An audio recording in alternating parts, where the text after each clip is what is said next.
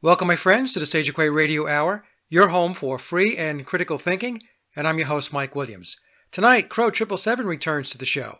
The conversation with Crrow is wide-ranging as we discuss the controller's efforts to suppress free thought and critical thinking. And so, without further ado, here's Crrow777. Well, folks, Crrow777 is back with us. The last time Crrow was here was back in October of last year, and Crrow, I received a lot of very positive feedback, emails from our listeners. They really enjoy your work. And back then, we titled the name of the show, The Modern Day Book Burning. And that was really the beginnings of YouTube doing its censoring and going after those in the alternative research community, the truth community. And I know your channel is back up now. So I thought maybe to kick things off, what we should do is just play a little catch up. And maybe you could fill us in on what's happened since October and how you are dealing with things as we speak. Okay, so I guess I need, was I actually down when I was on with you last time? Was my channel down? Yep. Yeah, so they took me out. And before I tell you how I think it came back, I'll tell you part of the strategy that they're implementing. So when you did a search for Crrow777 before YouTube took me out for about 3 or 4 weeks, I forget exactly how long, there were millions of search returns on my name on the internet. When they finally reinstated me, and I'll address that in a minute, there were 6,000 returns in the United States for Crrow777. As time went on, the search returns grew. They're still to this day nowhere near what they once were. So what's basically going on here, and I have a degree in internet technology, is you could think about it like this. You have as many followers as I did, so they're embedding your videos all over the internet. That's why there's millions of returns, because over time your work has made it to blogs and all over places. When they take you out, all those become unsearchable, 303, 404 errors, because there's no content. They took it down. What happens is they leave you down for a few weeks, and like the domain name servers start to clean out over time all the dead links. And what that in essence is doing is scrubbing your name from the internet. So what happened was I went on a campaign with the modern day book burning. I posted it everywhere I went on, every show, even if people had, channels that I'm not really in agreement with, still set all idealistic ideas aside and went on the shows and pushed the modern day book burning. So many of my users complained to YouTube, or my followers, that you could actually, when I was trying to get search returns for my name, I was getting to see the complaints in the search returns. So my best guess is this. They didn't like all the modern day book burning attention they were getting, because they basically removed 4 years of telescopic work with my channel. But I think what they liked less was the number of subscribers that raised hell, and they reinstated me. But that is my best guess. They did not even tell me they put my channel back up. As a matter of fact, this is how I found out my channel was back. My channel was down, and I went to check my email one day, and it said, "You've got a strike." And we've removed this video. And I'm all, what? So I look at it, and I'm all, how can I have a strike? I don't have a YouTube channel. I look at the notice, and it was a Greg Carlwood episode I did, where I did it for his program, and he gave me the clip, and I ran it. Apparently some music on that was copywritten. So I go to log in, and there's a channel there, but it's my content, but it's not right. Like the wrong amount of subscribers, all these things. Well, a day later, it all gets straightened out, and I come back with 2 strikes and all my content back. And as I told you, the internet completely scrubbed, or nearly scrubbed, of search returns for Crrow777. Now, Crrow, what did they not like about your material? In other words, you received these strikes, and just to refresh, what was it that they gave you strikes for? All right. The first 2 had to do with shootings. And as a matter of fact, as when I contacted you to see if you wanted to do another show with me, they had just removed another video, episode 15, where I predicted the Dallas shooting some years ago, by about 5 hours, just by chance. They removed it. Well, I just found out today, an hour ago, that they reinstated that video without telling me. And that talks directly. But to get to the point, the last clip up I had made was one of my podcast episodes covering the Vegas false flag event. And that was the last thing. But you see, what they hit me for was a lunar wave video, was the 3rd strike. So, and the ironic thing about that, it was a lunar wave that I didn't even film. Someone else had filmed it and asked me to run it. And I said, sure. But that's the story there. I think the truth of it is they're afraid to directly go after all the false violence. And right now they're big on crisis actors. If you say the word crisis actor, I guess you're under the gun. Yep. They changed their algorithms, of course, on the tail of the Vegas thing on both Facebook and YouTube to catch any conversation that was talking about that nonsense. Yeah. So now it's just very interesting to me. So they gave you a strike for a lunar wave video? That was my third strike. The first two were indirectly gun violence or false, what I call false flag events. Fear porn had been addressed within it. One of them, like I said, I was just talking to James Alfred, who runs the Sage Sigma Unbound blog. He was covering the Hattie Bob stuff before I walked away from all that, and he covered it a while later too. But I said to him today, we were looking at the dates, and I think if I remember correctly, they'd all come up to sevens. And I said, I'll be surprised if we don't see a major shooting event today. And he emailed me 4 or 5 hours later and said, man, you hit it on the money. Dallas just reported a shooting. Yeah. And that was the last clip they removed. But again, they reinstated that thing, and I'm flat out talking like I'm talking to you now. And I am like you. I'm not giving up here. I'm not going to relent.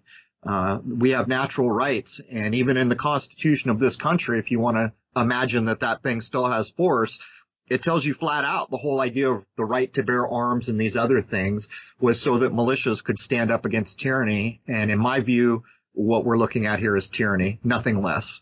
Yeah. No, there's no doubt about it. And no, the reason why I asked about the lunar wave video, was that a copyright or a community guideline strike? Because I can't imagine. Yeah, you want to know what it was? I wish I had it in front of me. I'd have to dig through so much to find the thing they sent me. It was the idea that it was a frivolous posting of nonsense content. And when I fought that strike, I said, hey man, something like 20 some people have filmed the lunar wave. This is an actual filmed astronomical event. And they said, screw you. We don't care. You can't just post things that we think are nonsense. Oh my God! So somebody could put a frivolous video up about a cat on a skateboard. Right. That's okay. Right. Boy, oh boy. Okay. Well, for me, as we mentioned before we got started with the show, I received a community guideline strike, and I went through this with Michael Joseph. He did a show on this. He wanted to talk about it. And their wording is that we're bullying and we're harassing. We're not doing any of that stuff. They're bullying us is what's actually happening. Exactly. That's exactly right. And that's what we had said, that they're actually bullying and harassing us. And all we're doing is having an intelligent conversation about events. Right. So, in our shows, we're saying, look, we have a right to be able to discuss and question narratives that are coming forth. Damn right. Right? We do. And it's especially since the sources that are giving us these narratives they have proven to be very questionable and very dubious. So for us to just sit back and be a bunch of dumbbells and just absorb this stuff, which is what they want, well, there are those of us out there that are not going to do this. So they gave me a community guideline strike on a show I did with Oli Damagard. We talked about what happened in Florida, and we had an adult conversation, Crow, and it was, two smart people having an intelligent dialogue on this. And I think that actually is beginning to bother them more than anything else. So do I. Yeah, more than the bluster types of videos where people are just blurting stuff out and crisis actor and all that stuff and just going about it that way. I think they're getting very nervous about when people sit down and they have conversations and they talk very logically and they process through the events and start to call out anomalies and stuff that like, hey, we should look at this because that really doesn't make sense. And it's not bullying, it's not harassing, it's none of that stuff. If you did this in any other part of your life, it wouldn't be a problem. But if you focus on these events that are taking place with the school shootings or people being run over by vehicles, that's a big problem. Well, they're starting to have real problems because in the case of the parkland nonsense that happened down there in Florida, I had some of my followers email me that morning saying that Fox News said there was going to be a drill there, right? Yep. So by midday, they were reporting that people were dying. And then by the evening, they were reporting that there just happened to be a drill at the same time that an actual real violent event went down. And when you get intelligent people in a room talking and dissecting and pointing out that FEMA pulled into town 3 or 4 days prior to Vegas. We can do this all day long, Right. With the drills. They're starting to have a problem. And so what it comes down to be is a numbers game. And what they have shown is that they are willing to violate our natural born human rights. They are willing to violate the Constitution of the United States of America. They're willing to violate any number of things to ensure that while 100,000 people might absolutely know the nonsense, they're going to go on the evening news and talk to a few 100 million people and ensure that their equation is always lopsided. That's the game they're playing now, but they're running into trouble. People have had their channels shut down, hired lawyers, and been reinstated the next day. As I told you at the opening of this, I had a Dallas where I flat out predicted the Dallas shooting, not by location, but by event. They reinstated that video, and not too long ago, that was not the pattern we were seeing, although I am understanding that anyone talking about crisis acting is getting hit now. And I suspect what that's about is too many people have figured out where they're advertising to pick up their crisis actors, Craigslist and other places. As a matter of fact, I've had people send me entries where it's like $1,000 they're offering some people to come do this kind of thing. Hundreds is the low end number that I've seen to come be a crisis actor. So, people are catching on. I think what's going on here is we could look at it like this. It always reminds me of Sound of Music. How do you solve a problem like Maria? How do you stop a wave upon the sand? Well, I'll tell you, you don't solve a problem like Maria, and you can't stop a wave upon the sand. What we saw at the new millennium was the human mind beginning to raise in this part of the world. I think it's cyclical. I think it's part of the normal course of being a human being in this world, where different parts and different times we see human consciousness and spirituality lift. And that's a bit like the rising tide in the ocean. And they can build all the dams they want. They can do anything they want to try to stop the tide coming in. But guess what, man? The tide's coming in. And in the long run, I don't think they have a prayer. Yeah, I agree with you. And I've always told folks that we go through cycles. Everything goes in cycles, and the human consciousness is also goes through these cycles. It's not exempt from that, and I do believe that is where we're at right now. I tell folks that I believe we're in the transition period, going from, if I use the Hindu yugas, from the Kali Yuga going into the next yuga, which would be the Bronze Age. So things are going to get better, but also what I tell folks is before things get better, they're going to get worse, because the people and the entities that are in power and in control, they don't want to lose that power and control. So, they're going to go at it harder. You're absolutely right. And using the Kali Yugas is a helpful way to do it. Very few people understand. They think the zodiac is hokum, for one thing. The zodiac's not hokum. It's how we place the sun, but it's also, as you mentioned, the Kali Yugas, the age of the zodiac you're in is just a westernized way of looking at the same idea. How do you track super long periods of time without history books making it wrong, or the opinions of men making it wrong? Well, that's done by the sky.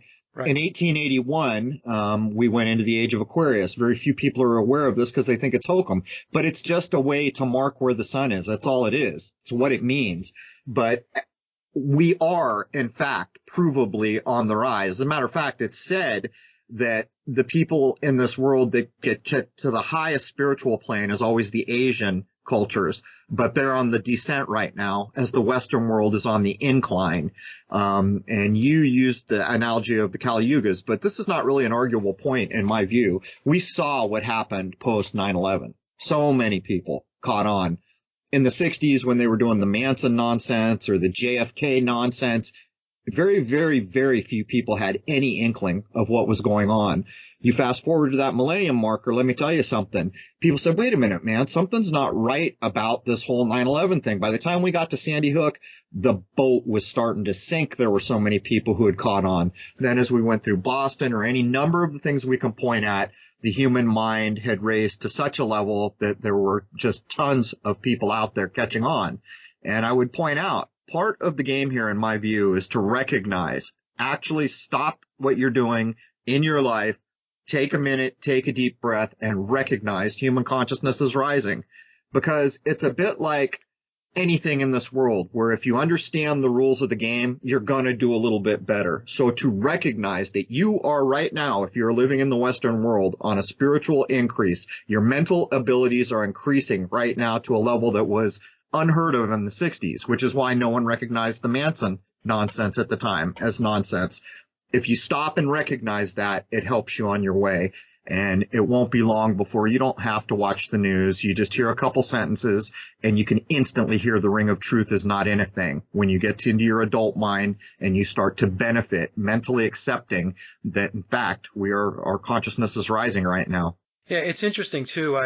The events that they pull off, or they try to pull off, Oli has mentioned on a number of shows with me, Crow, they are templates, which is interesting to me because they don't even really try to alter the process. So they have they do A, then B, then C, then D, then E. Yeah. And they continue to play that over and over and over again. And the thing is, yes, there's still a large portion of the population clearly that is still buying off into this stuff. But I do agree that there is an increasing number of people within the population that are seeing it now. They're starting, well, why do all of these things roll out the same exact way? The same way. I mean, all the video footage is the same. It's all shaky. Yep. Right. It's we have the local sheriff or police captain comes out. There's two suits standing next to him, and it's the same old thing. It's the lone crazed gunman or the lone crazed truck driver, and a lot of people are starting to see through this now, and they're starting to question. I know this because there are people that I know in my life that didn't question anything.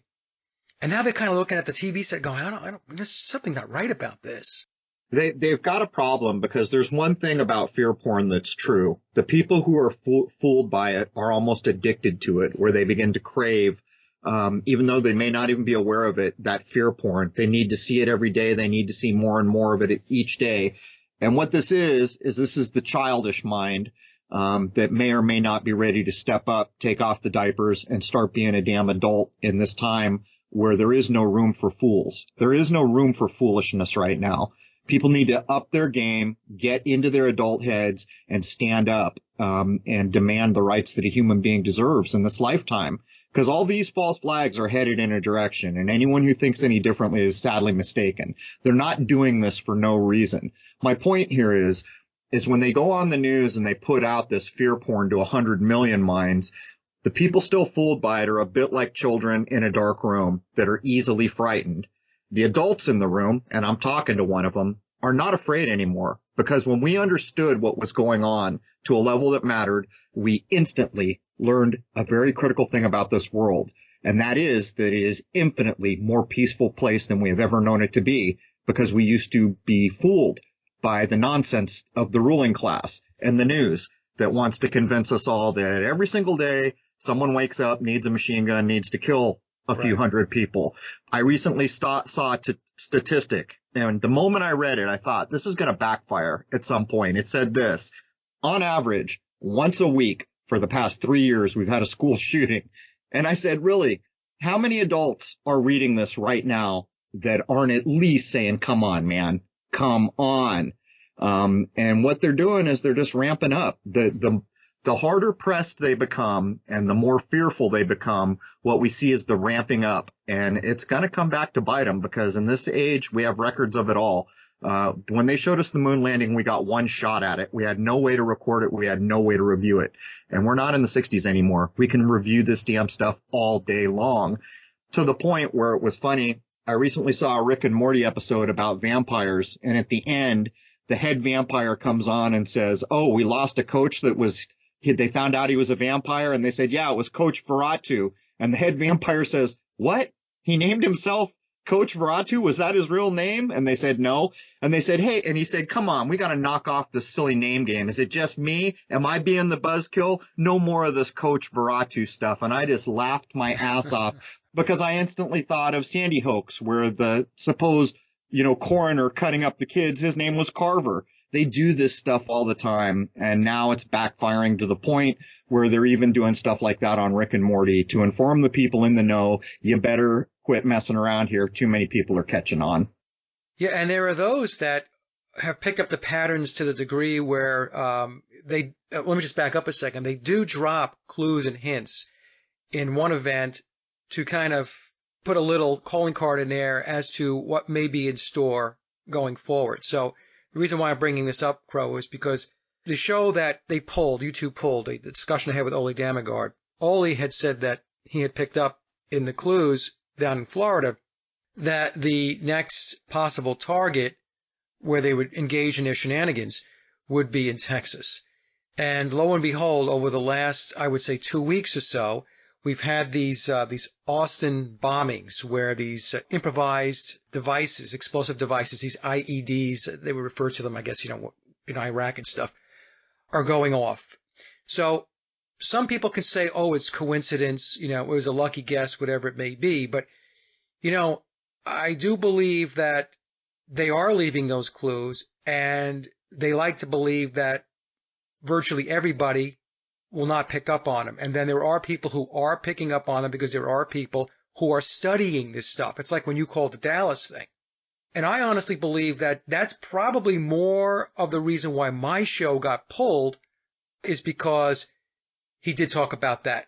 So in my view, it's this. There seems to be a universal rule around everything, including the people who do these nonsensical, false fear porn violence events, that says this: you cannot infringe on the human rights of a human being where they have no chance to get out from under it. And to reword that, it would be a bit like this.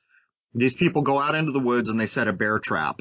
If they cover that bear trap up so well that it's not even possible any human being would know it was there, and then they catch a human being in that bear trap, they've got a serious, whatever you want to call it, karma problem. They've broken a universal rule. On the other hand, if they do something as simple as put a sign in front of the woods that says, you know what, maybe people shouldn't walk here, there could be traps, then in their twisted logic, which probably goes back to Talmudic law, they've alleviated their problem. What we're seeing in these little hints and things that they constantly do, and probably in the name game, it's about like this. If you're not so dim-witted and asleep that you can catch these things and, like an adult, understand, wait a minute, there's something more here, then you haven't been blindsided. If you're just a sleep person wearing your diapers like a little kid in a dark room and you get caught in the trap, in their view, it's your own damn fault, because you have the potential to be an adult human being, and you should understand that this is beyond ridiculous to accept all this stuff. So I think that's kind of what's going on here. Now, Crow, you mentioned earlier that your followers and I guess your subscriber base had written to or addressed YouTube to help you get your channel back online. I've had people ask me, Mike, what can we do to address YouTube to let them know that, as an example, what they did to my show and to my channel, I have one strike right now, that, this is not acceptable. My response back to them was, well, I don't really know what to do because they're kind of a hidden entity. They're like a shadowy organization. Everything is done through, you click a link to appeal, you get 200 characters or so to try to explain yourself. Right? It's ridiculous. It's absolute nonsense. It is. So what exactly did your subscribers do? Were they just vocal in other videos, or how did that work out for you? Well, it went everywhere, but what I heard the most was people looked up ways to email. There were even some people who claimed they found phone numbers, but there's like a little input, like down in the lower left under your subs menu. Well, see, this is part of the problem. It depends what version of YouTube you've got.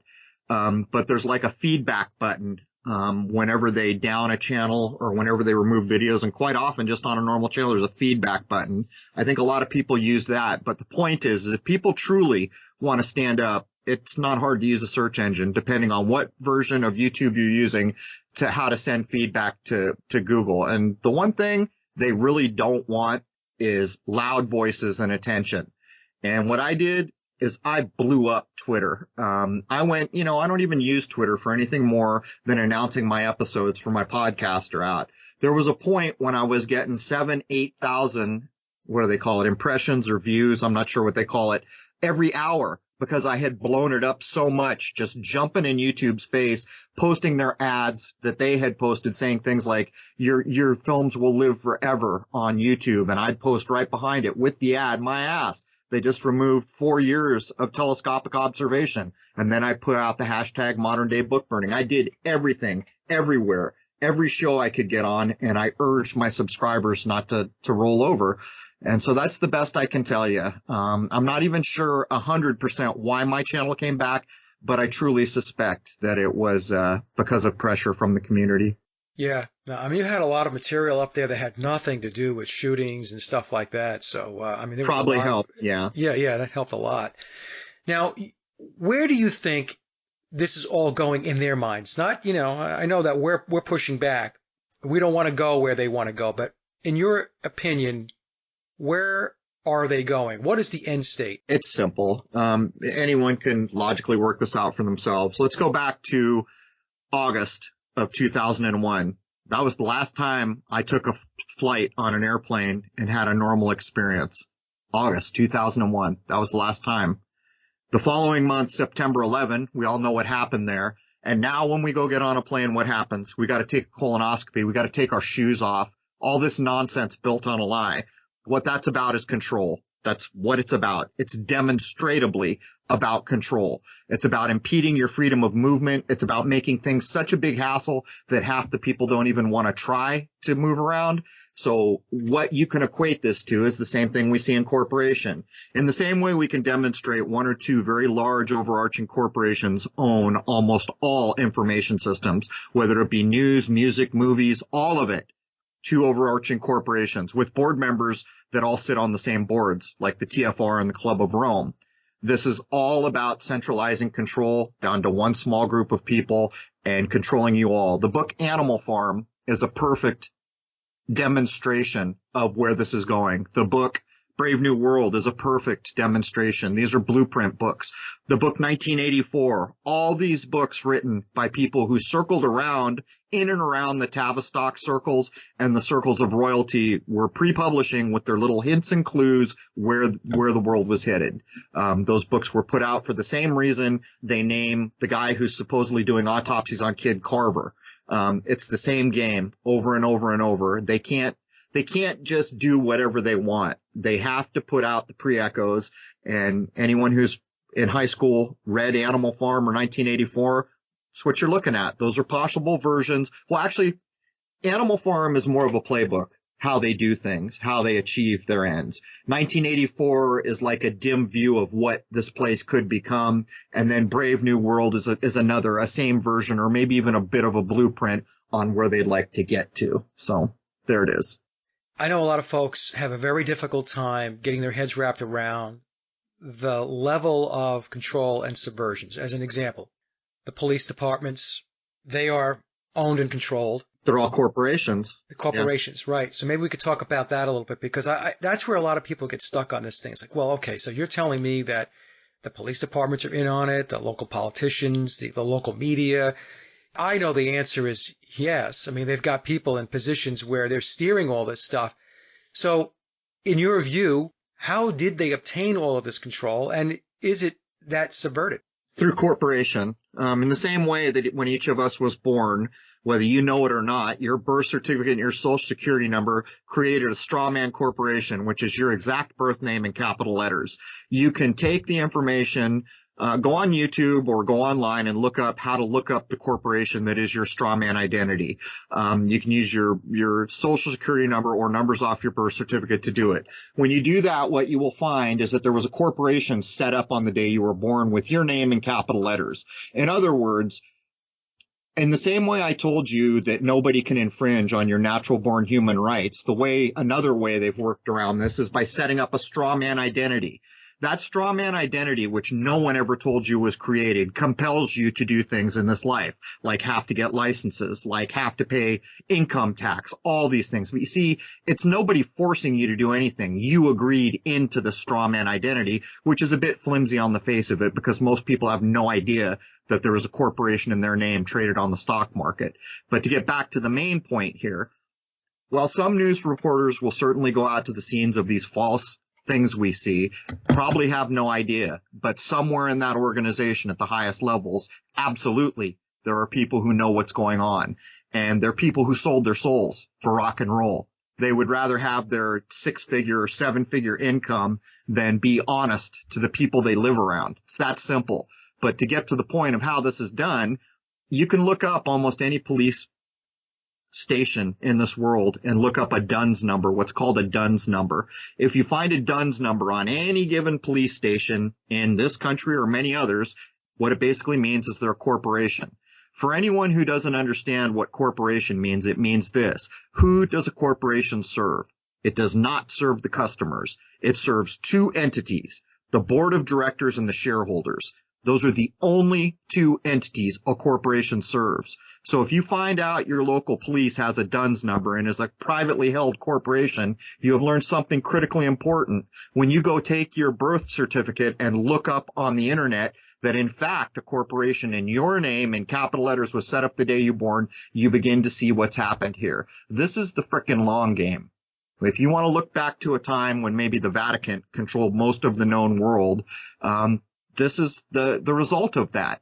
They never lost their power. They just changed the way they did it. In the same way we're told royal families at one time went to war with each other, there apparently came a point when they realized, hey man, if we get all these guns on the battlefield and do battle, things can get out of control really quickly. And the last thing they want is things to get out of control. So they started playing the long game for the minds of humanity. One of the ways they did it was with your strawman corporation. Another way that they did it was all these very, very rich entities began to buy everything, which is why all your media is owned. All your record companies are owned. All your Googles and Facebooks and all these things are owned and controlled by overarching corporations. So it seems like a bit much when you hear it bluntly thrown down, but it is what it is, man. Now, you and I are probably very close in age, Crow, and I've often said that when I go back in time, I think back to the 60s when I was growing up and Right. to the 1970s. It was a better time. I mean, that's my memory. Now, Yes. I could be wrong. Maybe it's because I was unaware of the mechanisms and what was going on under the hood, but I don't know. I mean, when I take a look back and I think about my family life and, my parents and what was going on back then, it was a simpler life. Yep. And we didn't have all of this. We have all of this evil and this darkness and this heaviness that just permeates everything today. You're right. So am I like nuts here? Am I just thinking only about the good things when I was younger, or do you have the same recollection? It's both, man. Everybody has nostalgia, and if you don't recognize that, you're not being honest with yourself. But the truth is what you're saying is absolutely spot on. The reason for it is this. I think it was the 1980s, if I had to put a marker on it, when the switch got flipped. What they did is they created a massive party called the 1980s, where for some reason it was easier to have money. All these drugs flooded in from everywhere, cocaine, all these things, and it was a party through the 80s. That's when they put all the things, the final stepping stones in place that would launch them on their way. If we go back to the 60s and 70s, the same shit was going on, pardon my French. The moon landing, that was a lie. The Manson hoax. It was just not being done at the level we see now, and it was way more hidden. Almost like they were tipping their toe in to see what they could get away with, or knowing they could get away with it, but little by little by little. I often tell people the big trifecta from my childhood was Moon, Manson, Woodstock. 3 events that people remember in a way that are nowhere near to the reality of what actually happened there. But to put a fine point on it, if you look at some of the Asian countries, to this day, the older members of those societies are revered. They're not put in old folks' homes, and what they say is valued by the family unit. It's a shame we've lost that here, because you and I can absolutely remember a better time that was a lot less 1984 than it currently is. The problem here is we have a young generation coming behind us. This young generation, the really young ones, are going to come through schools that have been locked down into a police state because of false shootings. So when they get to be our age, their sense of normal will be a metal detector at every door, armed people everywhere, because they came through schools that had been completely locked down on the back of a lie called whatever you want to call it, fear porn, school shootings, whatever you choose to label it. So you can see the long game here. When people like you and I are old or dead and can no longer remind the younger generation, the 1984 playbook will come in, where in the book, the sheep and the dogs and the pigs, the horses couldn't remember what happened 5 years previous, which is what allowed total takeover of their reality. And that's what we're looking at here. People like you and I can remember, but we're not going to be here forever. Right. And I always tell folks not really that focused on us because they know that you and I, give another, 2 or 3 decades, are not going to be here. So they go That's right. after the minds of the young people. There's That's no right. doubt about it. And one of the proofs that I have, Crow, to go along with what you just said, is that if I speak to a teenager and I point to the sky and I show them that there's spraying taking place, it absolutely does not faze them. It goes right over them. They don't really have an impetus to question it. Well, they've been programmed too because it's in all the TV shows. It's even put into their games now. They don't know a time like you and I did when there were no trails in the sky. Right. So to them, that's normal. So you are crazy for calling out what they perceive to be normal. And this is exactly what you were saying. This is what they're doing. They're normalizing the abnormal. Right. And so that the young folks, as they go through, like you said, the indoctrination centers, which are referred to as public school system, even the colleges and the universities, it's really a very, very sick and twisted agenda. I know it's about control, but I think to myself, these people that want this control, what does it serve them in the end? What do they get out of it in the end to keep people suppressed and to keep them in a mode where there's no thriving, but it's just survival? I just have to survive from day to day. I can kind of address this. I've done this for a long time. I've even gone to the point where I've questioned, are these people who understand that they have broken the universal laws so severely that when they die, they're done?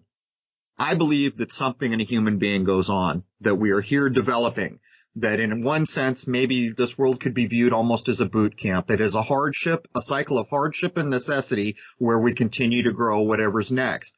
I at one point stopped and said, is it possible that these people got nothing left to lose? Is it possible that they've bred so closely that it's like a vicious dog?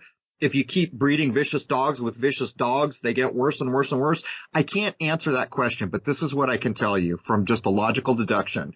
We know that power corrupts and absolute power absolutely corrupts. If you're in a position where you don't need a passport, you can jump on a jet, go anywhere in the world. The price of any hotel or anything you want in this world is pocket change to you. What is left to have? You see, and then you've got to ask the question, if there's more than one group vying for power, then what does that mean? And all I can tell you is what these people are doing is indefensible. I don't give a damn what standard you want to try to use or how you want to try to explain it away or anything. I don't care. What they're doing is indefensible. They are violating the natural born human rights of everybody affected. Not only that, when you talk about things like manipulating weather, now you're hurting nature and wildlife and all these other things. So no matter how you look at it, maybe it's more helpful to understand that it is absolutely indefensible.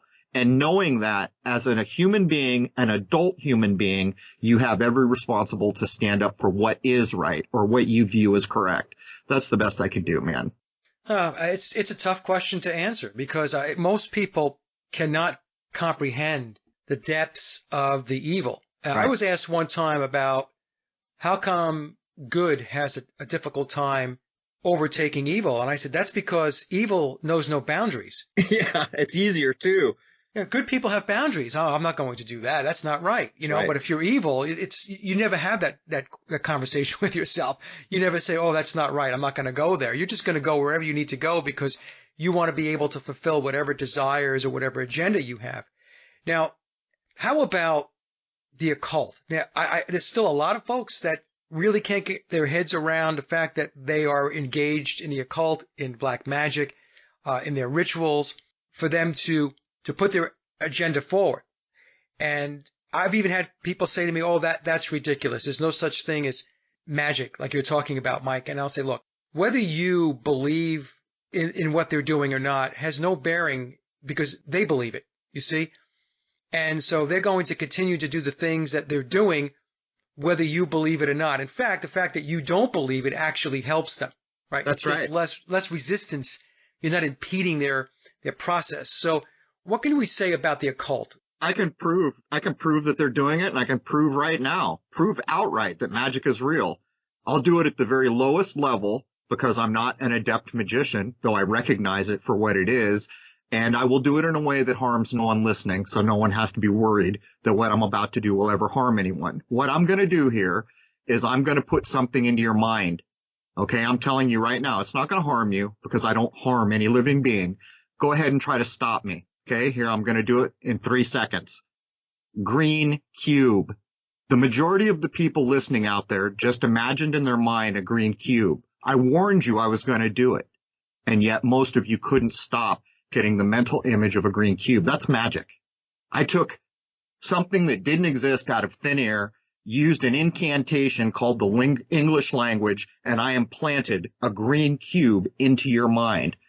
You don't think magic exists? Now you think about people who are clever and underhanded and devious and what they can accomplish. I just put an image in your mind, warned you I was going to do it, and most of the people listening couldn't stop me. Magic is damn real, and that's all there is to it. If you don't understand that, you can look into it more and begin to understand. But I would also point out, there are things in this world that if you want to be a decent person, you don't need to know about those things, because to be a decent person, those things are not helpful. I would add all that, Mike. Now, what about the influence of Aleister Crowley? Now, some people, scoff it off and say, he wasn't really an influence. But, I see a lot of Crowley influence permeating through the society and the culture, especially of the elites. So what was it, in your view, that Crowley was about and what he touched on that made his work or his theories permeate society, especially, like I said, of the controlling apparatus? Well, there's a lot of myth around Crowley, first off, because we did shows on him, and I looked at Blavatsky and Crowley. But, of the number of people who have come to accuse me of picking my name, Crrow777, because of Crowley, and the number of times I have said, not only is that nonsense, I have no respect for what Crowley did, I will say this. I've actually read Crowley now over the last couple of years. It is the most dry, tough read, to the point where I couldn't even finish a few of the things like Liber 777. Couldn't get through it. I don't think I could get through it in a lifetime. It appears to me what Crowley did, if there ever was actually a human being named Crowley, was this. He went around the world and he stole what other traditions had already put together. And he did it kind of like, I've described it like this before. It's kind of like Taekwondo. In karate, you'll have all these artistic portions of a kata, where it's partially fighting and partially movement and training and spiritual endeavors. What Taekwondo did was came in and took all the spiritual, dancey kind of other stuff out and left in the moves that would break bones. That's kind of like what I view Crowley as. But you see, Crowley didn't do anything. He just took from existing places, and almost all of it is based in Jewish Kabbalah. If you don't understand or read Hebrew, you ain't going to get nothing that Crowley ever laid down. I'll tell you that right now. And to top it off, by the very accounts of the people who wanted to worship this either man or myth, can't tell you which. I lean towards myth all the time. After all, he was on a Beatles album, but he was a heroin junkie.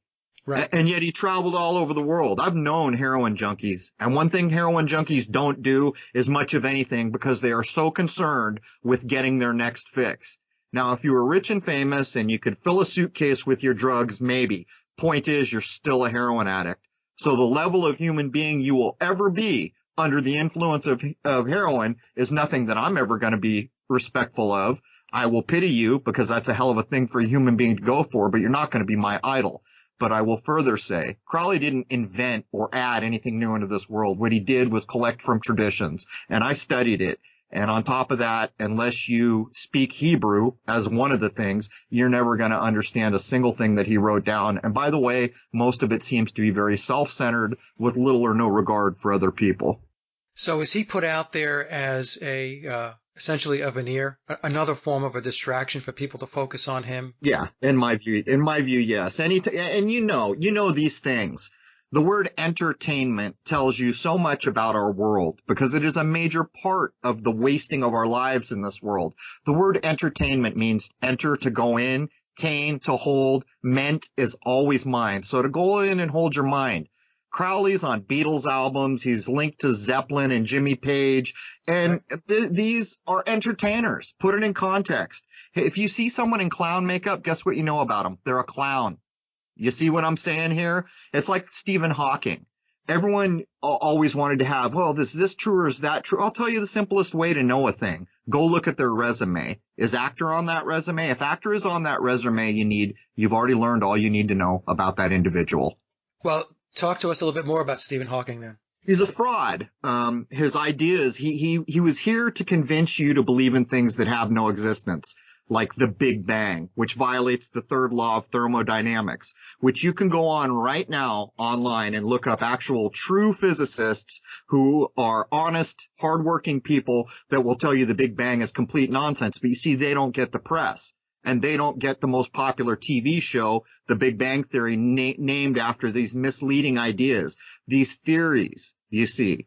What Hawking did was put out theories. In the modern age, if you hear the word theory, or when I hear it, I instantly hear the letters BS when I hear the word theory. At what point in our life will gravity quit being a theory and become a law? I'm here to predict that day will never come. And yet almost all modern science is built on that theoretical foundation. There's a reason for these things. Now, to get back to Mr. Hawking, who was out there hawking fraudulent ideas because names are never lost on iconic figures like this, he held a position that was previously held by Isaac Newton. Hint, hint, hint. He died on the day, I don't know, Galileo was born or died. Hint, hint, hint. He shares a death date or a birth date with Einstein, died at the same age as Einstein, died on Pi Day. You can see they can't help themselves. They have to do these things. And what these things do is build a fantasy-based reality. There's a form of magic for those who don't believe magic is real. You get the whole world to believe in things like the Big Bang and black holes. That is a form of psychological magic that leads an adult human mind into fantasy. When you believe in fantasy, reality flees your world. It's that simple. When you make decisions based on erroneous ideas, every decision you make is based on an erroneous idea.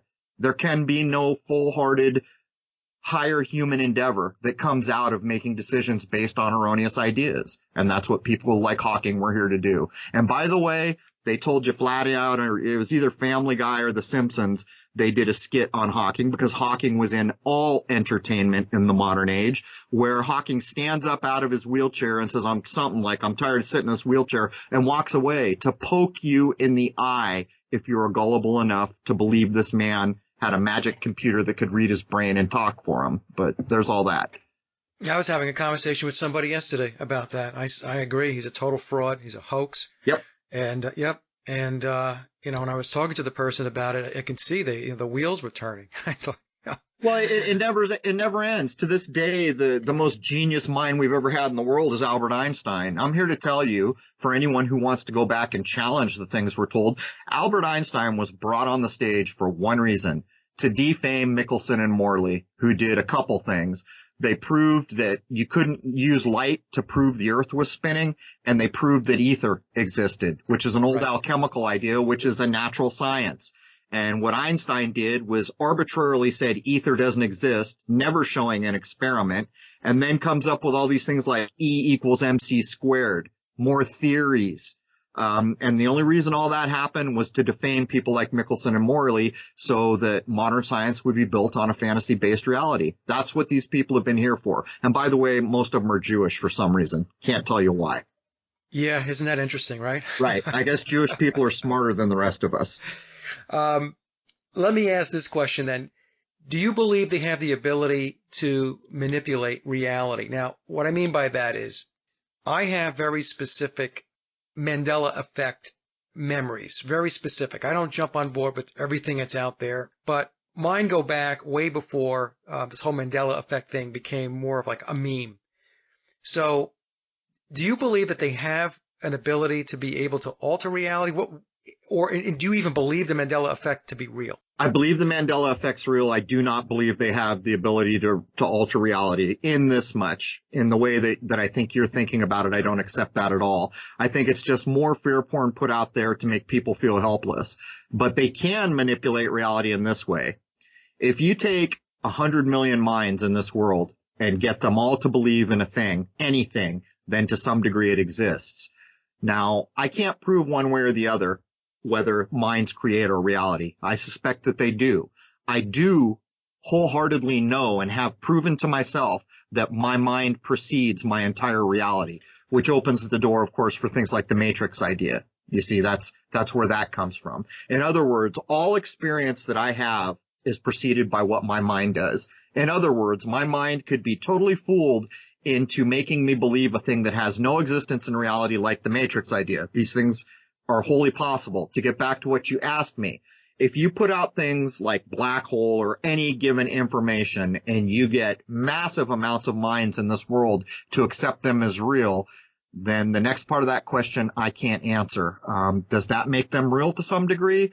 I don't know if it physically makes them real to some degree, but what I do know is that is what it's being accepted as real when in fact it's not. So best I can do there.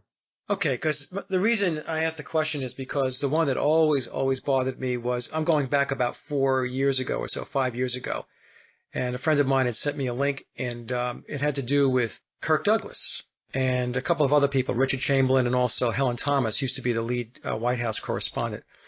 Helen Thomas and in particular Kirk Douglas really bothered me because I remember Kirk Douglas dying in the 1990s, and I also remember watching it on TV, and I remember his son Michael Douglas coming out of the building. It was a white building out in LA, and he was very overly emotional, crying, coming out of the service.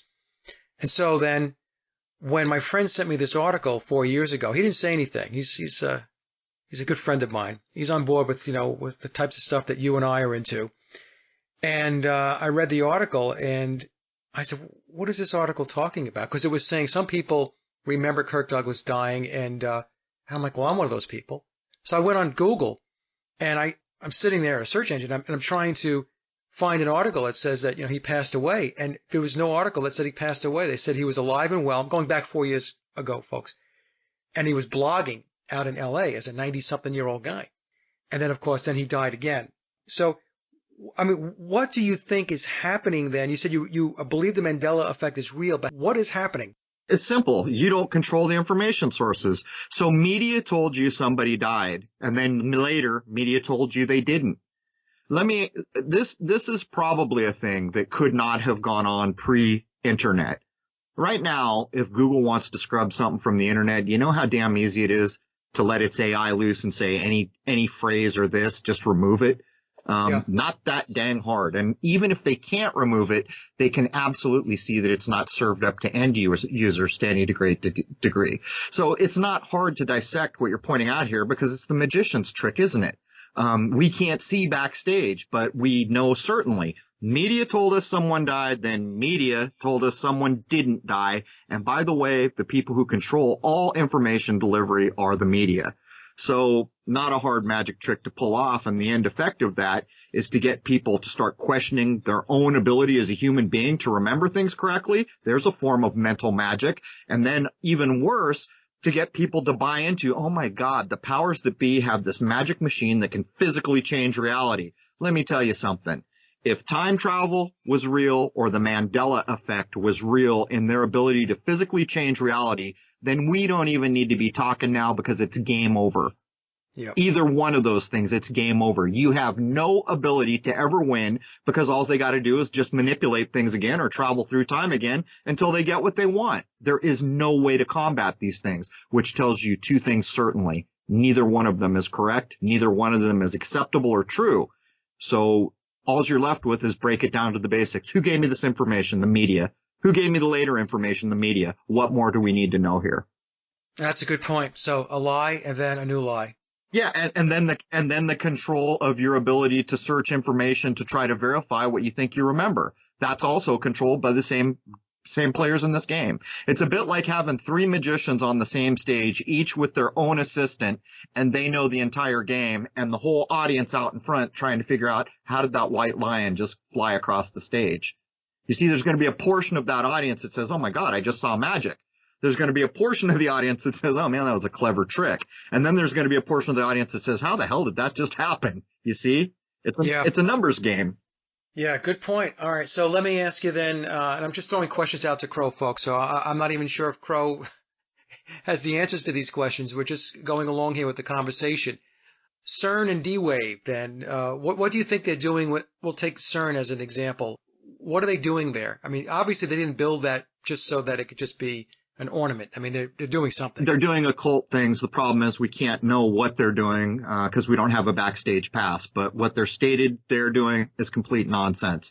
I can't tell you anything more than that, but I can certainly tell you it's a cult. When you see Shiva and the other things that are built into the building, we know certainly what's going on there. They're basically just using alchemy. For people who don't know what alchemy is, it's the older science that seeks to achieve everything it does within the confines of nature. That's what alchemy is. It is the forerunner of every religion and every science that ever came to be in this world. People don't like to hear that, but unfortunately, I'm not going to lie just to be pleasant in a conversation anymore. It's a little late in the game. What they're doing there is some form of occult alchemy. Hard to know, but smashing particles together is a bunch of nonsense. And not only that, anyone who wants to get a true look into what CERN's about, go look up the Nova special online of when they announced the Higgs boson was real. It is the most rank, amateurish piece of stagecraft you will ever see in your life. And if you think there is any reality to the Higgs boson or particle smashing after watching that, then I don't know what to tell you. In that whole episode, one guy tells you the truth. They're marching in all these physicists to say, hey, where will we find the Higgs boson? Will it be in this range? Will the God particle be here? Will it be there? And one guy walks up and says in a 5-second clip, you'll never find it because it doesn't exist. One guy in that whole show told you the truth, while Mr. Supposed Higgs sits in the audience where the guy, the master of ceremonies, polls the audience. What do you think, guys? Did we discover the God particle? Everyone claps, and he then announced, there it is. We found the God particle. But by the way, Mr. Higgs boson there in the audience can't speak right now. It's a frickin' shell game. It's stagecraft. I'm sorry I can't tell you what's going on there, but I doubt if anyone without a backstage pass can. Yeah, no. Like I said, some of these questions I'm asking, I'm just looking for your insights, and we're not going to have answers to these things because, like you said, we're not there. How about now we're talking about stage shows and the like. What about space? What's your view on the whole thing with space and planets and all that stuff? I could talk about this at one level, but people without a background will feel blindsided and probably shut down and walk away. So I will say this.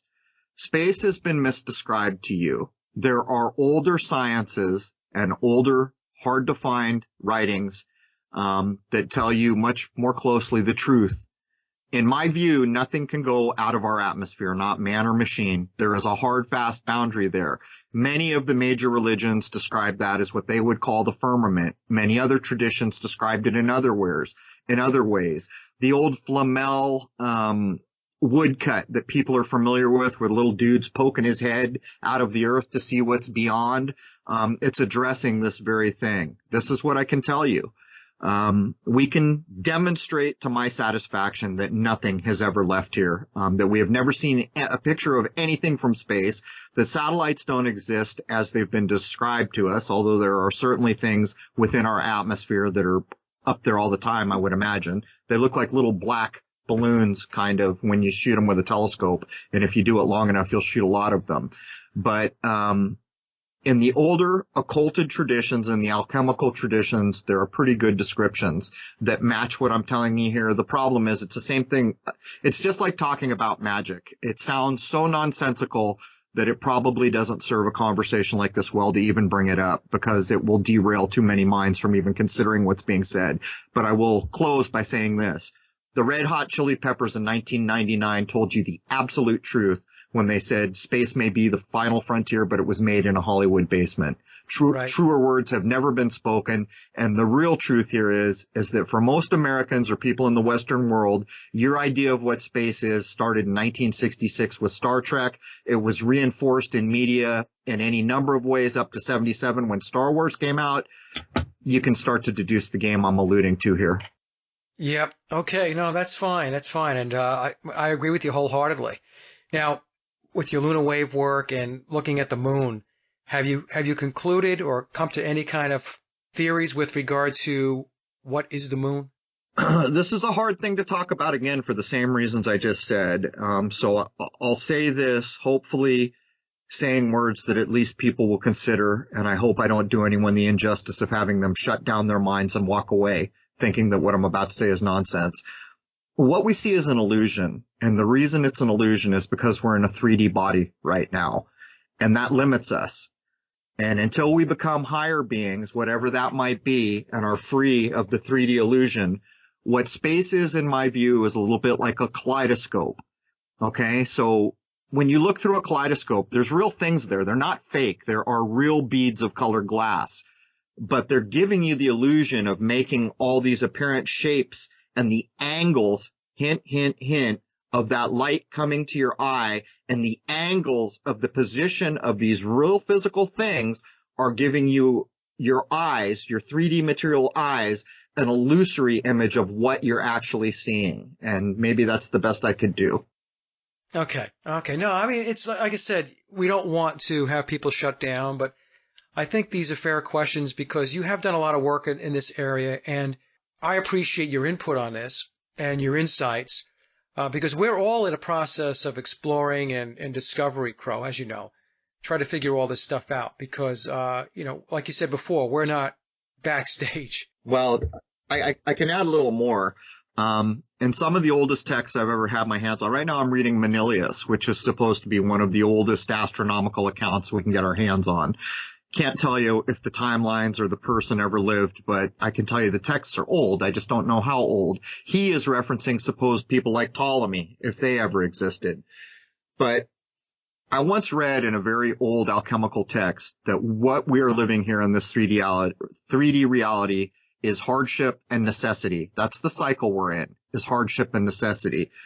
It was described so elegantly that I've never forgotten the description, where it points out that human beings need adversity to grow, and sometimes the worst things we experience end up creating the most development in our benefit in the long run. Maybe it's a little bit like what we're facing now, tyranny, where it's a hard thing to deal with, but if we do, we've put ourselves in a position where probably tyranny won't be able to come back again as we see it, and then people can expand to such a higher degree. But in this cycle of hardship and necessity, which I accept, there are limits purposely put in place. It's a bit like being in school. If you're in fifth grade, most of us, the vast majority of us, can't exceed the fifth grade curriculum until we get there. There will be some special people who are just so far ahead that maybe they'll jump straight from fifth grade to college. It's just there's not very many people like this. The majority of us will experience fifth grade curriculum before we see sixth grade. So I would add that, in my view, in the cycle of hardship and necessity, there are said to be 2 days of balance. It's been encoded with things when the lion lays down with the lamb, the two pillars in masonry encode these ideas. But I'm here to tell you that right now, the equinoxes are broken. There are not 2 days of balance as described in the ancient texts anymore. When they announced to you that the spring equinox this year will be March 20, they have not told you a true thing. If you look up when the sunrise and sunset time is and find the true day of balance, you'll find that it's a different day, and it's a different day all over the world. Something has happened to the 2 days of balance that the ancient writers used to rely on. In this cycle of hardship and necessity, it has been said by certain old cultures. Whether it's true or not, I cannot tell you, but I'll just tell you what they said. The idea of things like the Anasazis or the Chaco Canyon supposed Anasazis, if there ever was such a time, they had these spirals carved in the rock. And they made it so the rocks created a dagger of light that moved closer to the center of spiral as we approached an equinox. In one of the versions I studied, because I went there with my wife to see these things many years ago in the 90s, it was said that they weren't waiting for the light to get to the center of the spiral to know when the equinox was. They were checking the spiral on the day of the equinox to ensure that the light had made it to the center so they knew the world was still in balance. I'm here to tell you that if there is anything to those ideas, the world is out of balance right now. If I had to guess why, I can only guess. Part of it is because physically our minds have been convinced of all these things that have no basis in reality, but I can't tell you why it is. So there's all that. And I know it's a bit scattered, the information I laid down, but the reason I talk about these things is because people have to pull their minds back to a thing that has no lie in it. And in my view, the only thing that is that in our lifetimes is nature. Nature will never lie to you. The tree in the field will never tell you a thing that is untrue. The bird you see will never give you information that is erroneous. And that is the basis for alchemy, which, by the way, the people who run this show are using all the time in underhanded ways. So there's all that. I tell folks all the time, Crow, that your thoughts create your reality. So they spend an enormous amount of time, obviously almost all of their time, trying to capture thoughts. I agree. And steer those thoughts. And so my theory is that what they're able to do is by taking the mass consciousness or a majority of the consciousness, or there are going to be those that are not on board.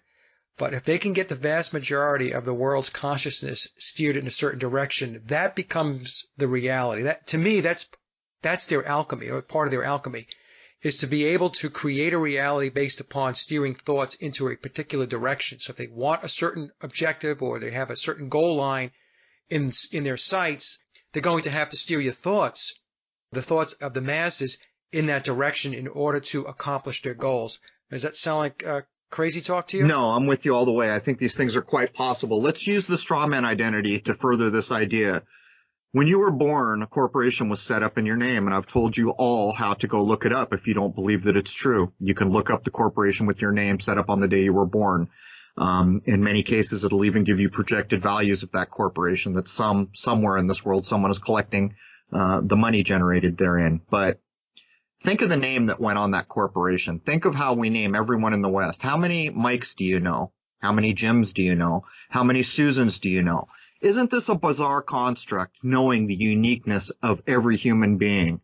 In a way, isn't the naming of these human beings and then creating these corporations with the same names over and over a way to homogenize us, homogenize humanity as a whole, not recognizing the uniqueness of each individual human being and what that human being might bring to the table? To counterpoint that, we've all seen the movies where there's a supposed American Indian tribe somewhere where the child is born and the head guy in the tribe looks out and sees a deer and says, okay, we're going to name this child Running Deer, because it shows uniquely that this unique human being was born, and I saw this unique event. That will become how we identify him, recognizing the uniqueness of each life. So to further what Mike has told you, even the naming of us all in the Western construct, which is done over and over and over, very few people will you ever meet with a unique name that is alone. Part of the reason my name is Crow, because I do not claim my straw man corporate identity. That is not me. I am the living man. I am Crow, if you understand where all that was meant to go. No, I absolutely understand, and I know my audience will too, Crow. And I actually had a very similar conversation. I was on Freeman's radio show as a guest, and I touched on something that you just spoke about, which is the uniqueness versus the homogenized society. So if we take a look around us, the names, yes, it's a very good point that you made, and just take a look at our environment. Take a look at the cars. Cars used to be very distinct. They used to be very unique. Now they're very homogenized. They all look alike. Right. If you drive around and you're going into different developments where people live, all of these developments now are essentially just, they're a likeness of the next development and the next development. They all look alike. So there is an agenda, a very clear agenda in my view, to sterilize and homogenize the uniqueness out of humanity. And I can add something. I'm sorry to step on you, but I want to add something because you brought up like the cookie cutter housing developments. In the old natural sciences, there is an angle of sorrow and an angle of joy, believe it or not. And these go back through antiquity and were accepted as absolutely true in their day. The angle of sorrow is 90 degrees. That's how we get things like the cube and the square. And I would point out that almost everyone listening to this lives in a rectangle or a square house in the angles of sorrow. The angles of joy are said to be 60 degrees. You could think of that as an equilateral triangle. If these things have any basis in reality, why in the hell are we all living in the angles of sorrow? You can see the long game that's gone on here. You can see that while we were all in the cycle of human consciousness falling, what happened where there were people who understood the old ways, had the old knowledge, and they deprived every one of us of every bit of it while they put their controls in place. Well, guess what? We came by the bottom of that wheel, and every single person in the Western world listening to this is on an ascending cycle right now. And so when you think about these things, how is it that we all live in the angles of sorrow? When you turn on the television, and I've seen whole YouTube's channels dedicated to showing you how it is physically impossible to escape the cube in the way we live now. From the keys on your keyboard to the cartoons your children are looking at. Go ahead, try to escape from a square. The idea of the Masonic right angle as being right. That's a 90-degree angle, isn't it? See what I'm saying here? So I'm sorry to step on you, but I think it's critically important to show people the older ideas. And I will further explain. The reason a 90-degree angle is said to be the angle of sorrow is imagine a corner of a square and energy comes down both sides. When it hits the corner, that energy crashes. That is the angle of sorrow. If you consider the equilateral triangle, as the energy comes down the walls of the triangle, they converge, forming like a Y. You see, they don't crash into each other. Those are the metaphysical ideas that were proven to satisfaction and accepted as absolutely true back in the day. So there's all that, Mike. Well, that's an excellent point, Crow, and it actually syncs up with the conversation I had with Michael Joseph, who was an expert in the occult and occult symbolism, and he had said that the square, the square and the compass, the Masonic symbol, the square represents the profane. Yes. Yeah, and so your explanation, that right angle and sorrow, I mean, syncs up very well with what Michael was explaining also. And you're right. I mean, you're sitting in your house. Your house is, square rooms. Everything is. If your yard is squared off. Well, let me add this. Like think about these things. Have you ever seen like people who do really unique architecture and there'll be like this one-off building where there are no corners and it just feels so right to you? Or even when you watched like the first Lord of the Rings movie and you saw the Hobbit holes, I'm willing to guess that like 90% of the people listening, when they saw that round door and that Hobbit hole, they felt joy, basically, like this organic feeling of well-being come over them. Just simply seeing this idea of a place you could live that was not squared off. The problem is that when you felt that, you didn't understand it because you didn't understand what the angles of sorrow are. So now the next time you see some unique architecture that has no right angles and you feel that well-being wash over you, you'll understand why. Yeah, now let me switch up gears here a little bit, and let me get your opinion on this. Cryptocurrency, and I'll give you my viewpoint to start, and you may or may not agree with it. I'm very leery of cryptocurrency. Good. I view it as nothing more than the next step to having digital currency and getting us into, an area where nothing exists, but you think it does. So do you have any views on cryptocurrency and what that's all about? Certainly. I have a technical degree, and I'm here to tell you that cryptocurrency is human bait. It's what it is. It has no value, not that our money does now, but at least you hand each other paper so we can pretend there's a thing that has value. When cryptocurrency comes, it'll serve to do one overarching thing above all others, and that will be to educate artificial intelligence, or AI. What cryptocurrency is human bait, and if there ever comes a time when we leave any semblance of physical money behind, even though we all know it has no value, we will have lost more freedom on that day than almost all other events combined in the recognition of all human history. The reason for that is never again will any transaction ever happen that isn't stored in a permanent blockchain.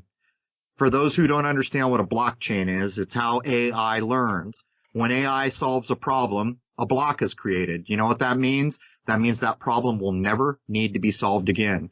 If I was to ask people listening right now to regurgitate something they were taught in third grade, there would be a number of you who could just simply recall the information like the AI does in a blockchain, but a lot more who would say, oh, I've forgotten that. I've got to go learn it again to tell you.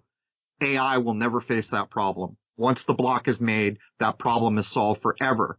In the same way, every transaction that ever occurs in the world with cryptocurrency is permanently on record.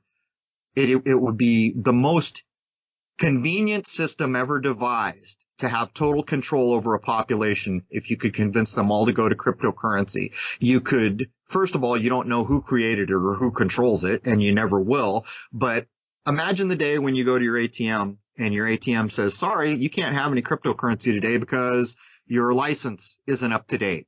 Nonsense like that. Ultimate control. And again, never again could a penny be spent in this world that did not leave an absolute indelible record of who spent it, what time, on what, so on and so forth. Go ahead and try to buy some illicit drugs with cryptocurrency. See how that works for you. Yeah, I'm very disappointed that, and I'm sure I'm going to get emails and flack for this because there are going to be folks in the truth community that do not agree with us. Then they're wrong. And I don't care if people want to talk about that. They need to educate themselves. A world controlled by AI on blockchains is a world I don't care to exist in. And that's because I know things. I have a technical degree. So if these people want to act like it's bucking the mainstream nonsense banking we have now, they've got a rude awakening ahead, and it's not arguable. You think AI is good? You think permanent records of every damn thing you do is good? It's pretty much that simple. And I don't usually take that forceful tone, but we're at a crossroads here. And if you get fooled into taking that cheese in the mousetrap, then I'm here to tell you we're all going to pay for it heavily. Cryptocurrency is the worst idea for humanity that I can't really compare it to anything else. That's how severely bad cryptocurrency will be for freedoms. Well, what makes me shake my head is that those of us that are in the alternative research community, we know that money is the ace up their sleeve with regard to control. That's right. Right? Yeah, that's right.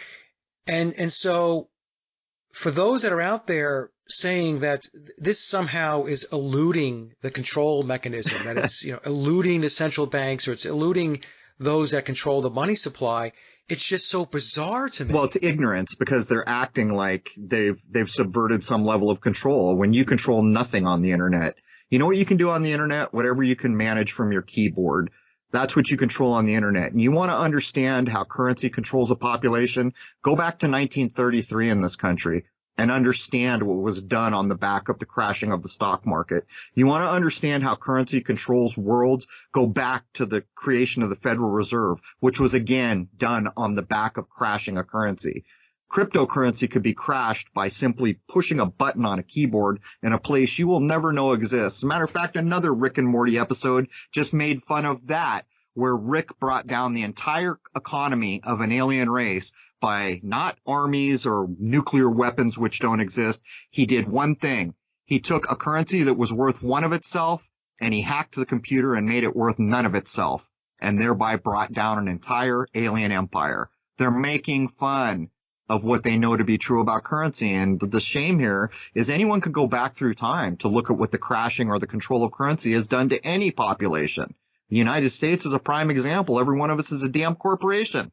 And probably 80% of the people listening to this don't even know whether they should believe that or understand if it's true. Fortunately, a group of you that may be on the fence will go look up what I told you to look up. And the moment you see your name in capital letters in a corporation that was set up on the day you were born, you'll begin to know some things about currency. Yeah, it's wild to me that there are those, like I said, in the truth and the alternative research community that have just bought into this thing, and it's scary. I don't know. Yeah, it's scary. It is scary. It's human bait with a hell of a lot of intelligence put behind it to trap society. That's what it is. Now, do you see it getting traction, Crow? Because I'm on the fence on that. I don't really see it getting a lot of traction. They have their front men or front organizations that are trying to pump it up, right, and make it so that it becomes more palatable to the masses. But I'm not really seeing the masses jumping on board with it. I don't know. What are your thoughts? This is the long game. In the same way, these current false flag perpetrators have to wait for people like you and me to die so that the generation that came through schools that were locked down, that generation being used to lockdown, can come to bear. That's the cryptocurrency game, in my view. People who are maybe in their 40s somewhere, late 40s, all the way up to however old people can be in this world, most of that population isn't going to go for the cryptocurrency. You know who's gonna? The young people who have never known a time before the internet. So again, we see the long game being played here. And unfortunately, the young people probably won't have any concern for what happened in the stock market crash in the 20s, in 1933, in the forming of the Federal Reserve, because old people like you and I will be long gone. to remind them, look what happened here. And the book Animal Farm will be brought to bear because the sheep and the dogs and the horses can't possibly remember what happened 5 years ago. So again, I think we're just looking at the long game. And of course, if I really had to venture a guess, by the time people like you and I are gone and the generation that was born never having known a time before the internet, when they come of age and they're getting to be in their 40s, man, it's a crapshoot. Will this world be wholly locked down under an iron fist, or will the human mind have raised quickly enough to have countered all this nonsense that we see going on? I don't know which is true, but I know I'll spend my lifetime, as I know you are, trying to combat what the cloud we see on the horizon, which is no damn joke. No, it's not a joke, and it is coming, and it is on the horizon. There's no doubt about it. Now, you're talking about the young people, and we've talked about all of their efforts, those of the controllers, to influence and to condition the younger folks, Crow. How about things like even the occult symbolism, or as lack of a better term, the Illuminati symbolism? It's very apparent to me that they're pushing that to become pop culture types of symbolism, and Passé. trying to, and really trying to make it, pull the rug out from underneath, let's say, folks like you, me, and others that are trying to make people aware of this stuff, and, to try to understand what's going on. And in the meantime, what they're doing is through their media, because they control all that, is to push it out there. And I see people embracing it, Well, that's the problem, when it becomes passé and just commonplace and a bit of a left-handed joke, then it can't be talked about seriously anymore. Not that I ever think the word Illuminati held any real value for anyone in the first place, because it was a word that meant a thing that it meant, but it could be corresponded to nothing concrete in our world. But here's a thing I'll add. I recently finished a book that was written in the early 1800s. I go a lot to archive.org, because there's so many things that are not really published out that you can buy available there right now. How much longer that goes on, I can't tell you. But in that book, some people who claim to be adepts, spiritual adepts, said there's a funny thing about symbols that most people don't understand. Symbols have what's called archetypes in them. And the reason in this world, way back in the antiquity of human beings sometime, symbols were put into play for this simple reason. Intention and meaning can be put in a symbol that is then forgotten, and many hundred years later, someone will then come back, find the symbol, and over time work out all the meaning that was ever originally put into that symbol. That was the claim made, and I thought it was a very apropos, very kind of spot-on thing to point out.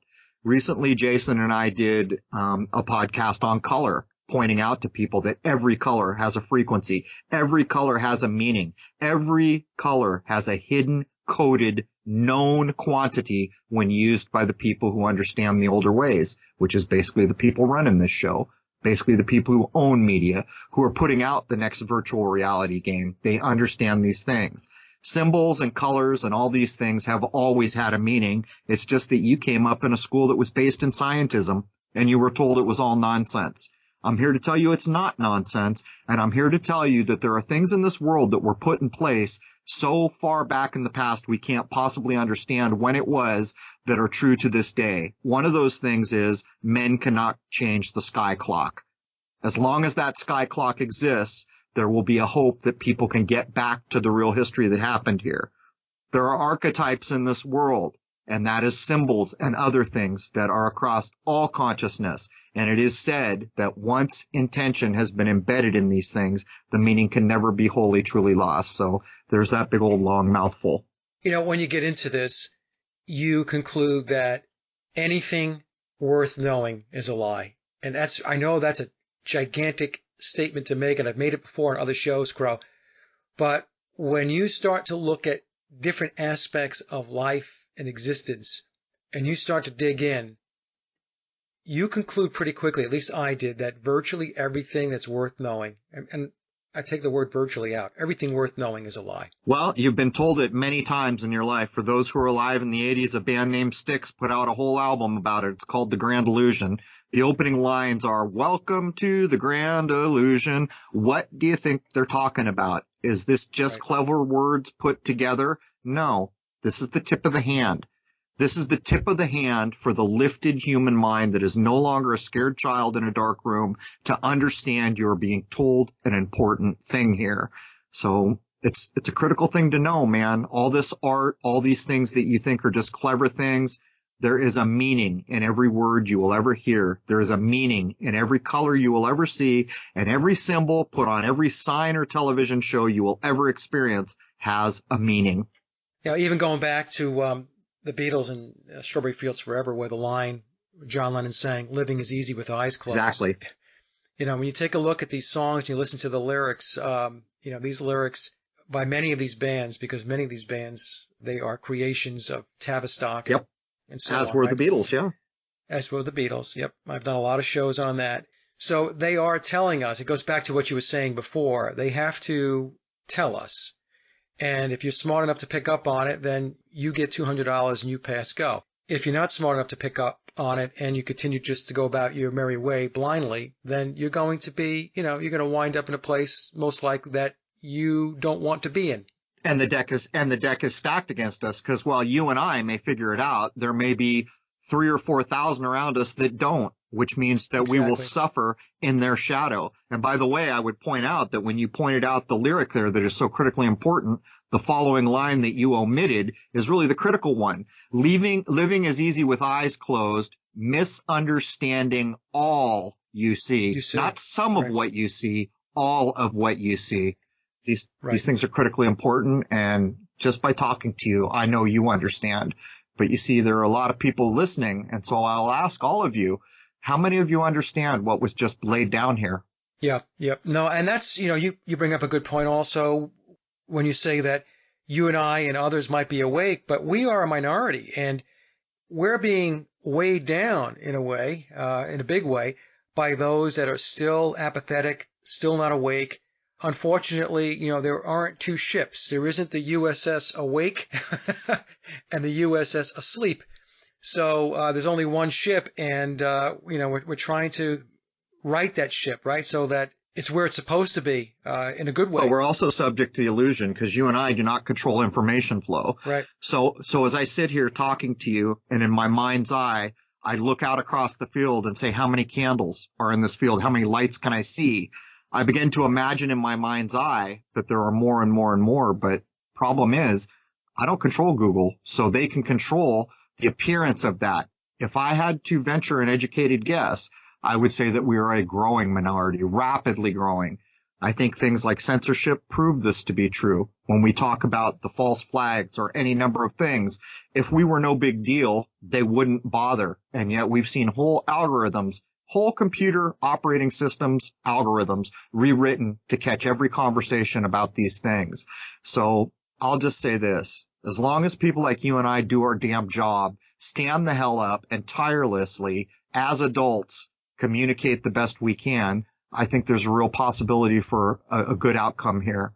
That's what I'll add. Okay, well, this has been an excellent conversation, Crow. And folks, let me just tell you that we did not have any pre-prescribed questions. This was just freewheeling, and it was a great conversation because of that, Crow, because I was just able to ask you questions, and you gave your insights and thoughts. And so that's you know, was made for a very good show, right. in my view. People will reach a level of understanding where no script or no talking points are needed. That level of understanding becomes the only foundation we will ever need. And you and I stood in the same place and had this conversation. Yeah, no, very good. I really enjoyed the conversation. Now, where can folks find out more about your material these days? All right. On YouTube, I'm Crrow777. There's 2 R's, so it's CRROW777.